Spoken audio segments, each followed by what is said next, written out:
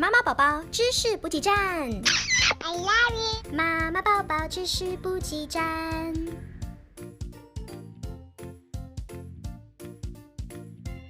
收看 Mom TV， 我是国泰耳鼻喉科范丽娟医师。爸妈可能常有一个问题，我家中的宝宝睡觉呼吸声很大声，甚至有的时候会打呼，那到底要不要紧？小朋友的打呼，如果一个礼拜里面3个晚上以上，会发现说他在睡觉的时候都有连续的呼声，甚至呼吸声很大声的话，如果他伴随着以下的症状，包括说你观察到他有呼吸中止、尿喘，白天的注意力无法集中、过动，甚至有生长迟缓等问题的话，建议爸妈要尽早带您的宝宝去给专业团队，那就是小儿科、耳鼻喉科或者是儿童牙科等